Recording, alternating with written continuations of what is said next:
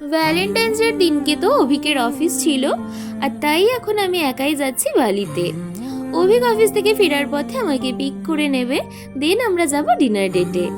এদিকে অভিক চলেও এসেছে। তো আমাদের তো প্ল্যান ছিল উত্তরপাড়া কফি হাউস যাওয়ার, তবে হঠাৎ আমরা চেঞ্জ করে চলে গিয়েছিলাম 811 লঞ্জে।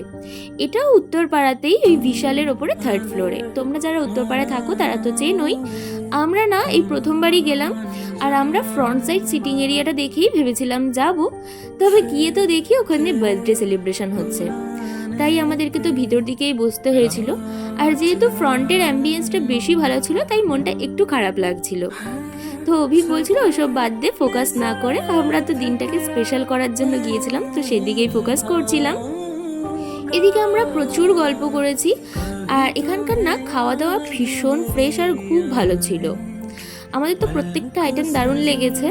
আর আমি তো সেজে গুজে গিয়েছি, তবে অভিক যেহেতু অফিস থেকে এসছে একটু টায়ার্ড ছিল।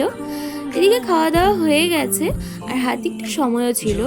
তো অভিক বলছিল যে চ একটু কলেজ ঘাটের দিক থেকেই ঘুরে আসি। আমরা না কোথাও যাওয়ার পরে যদি হাতে একটু সময় থাকে, তাহলে টুক করে একটু কলেজ ঘাটের দিক থেকে ঘুরে চলে আসি। তো আমরা তো আমাদের দিনটা এইভাবেই কাটালাম, ভীষণ ভালো কাটলো। তো আজকের মতো এতটাই, টাটা।